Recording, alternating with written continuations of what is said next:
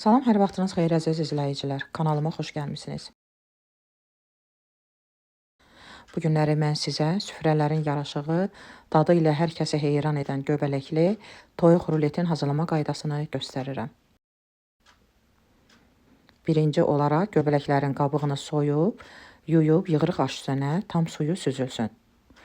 Sonra soğanın qabığında soyuruq, xırda doğrayırıq, göbələyi isə orta ölçüdə doğrayırıq.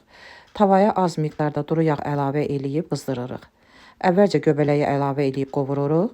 Bişməyə yaxın soğan və duzu birlikdə əlavə eləyib qovururuq. Baxın bu cürə. İçlik tam soyunmalıdır. Toyuğun sinə hissəsini doğrayıb, yuyub yığırıq aş üstünə, suyu süzülsün.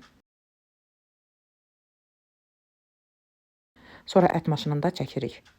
Soğanı qabığını soyuruq, doğrayırıq, onu da ət maşınında çəkirik.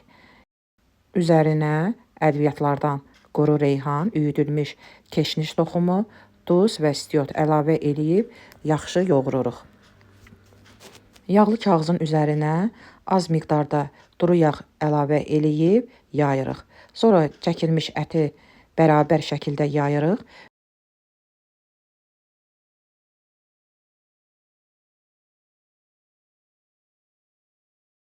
Üzərinə göbələk içliyini əlavə eləyirik, hər tərəfinə paylayırıq.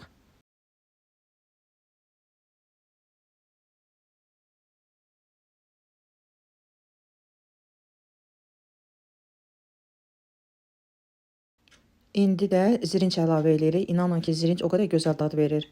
Yəni çox məsləhətlidir.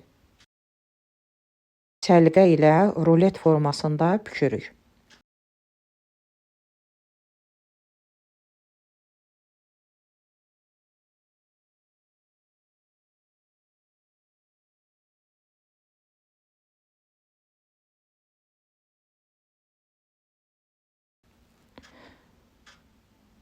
Əziz izləyicilər, ruleti bax bu cür 30 dəqiqə, 1 saat soyuducuda saxlayırıq ki, öz formasını yaxşı tutsun.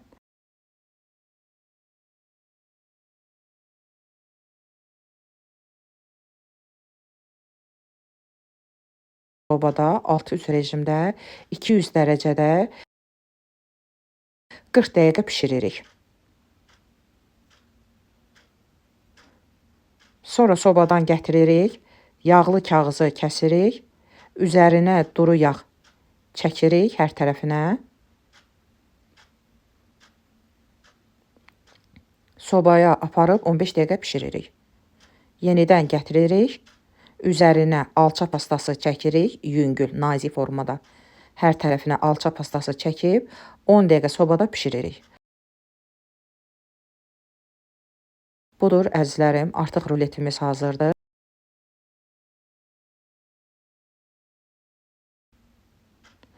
Ümumilikdə 1 saata hazır olur. Baxın, kəsirəm, baxın görün necə gözəl görsənir. İnanın əziz xanımlar, bu da gözəl dadı var.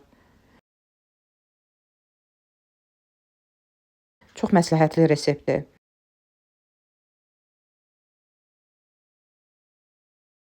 Hazırlayanlara nuş olsun. Göz haqqınıza halal eləyin. Resepti bəyəndinizsə like etməyi, abunə olmağı, paylaşmağı, şərh yazmağı unutmayın. Allaha əmanət olun.